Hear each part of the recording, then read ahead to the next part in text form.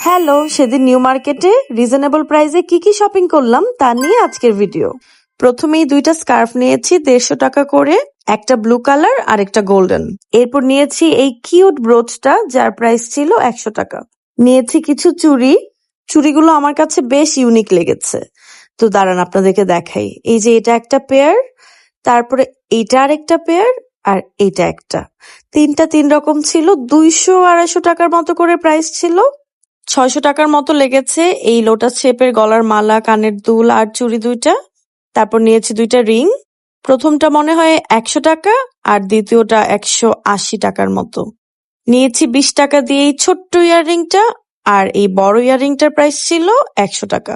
এরপর খুব কমন এই কানের দুল আর আংটিটা নিয়েছি 180 টাকা দিয়ে।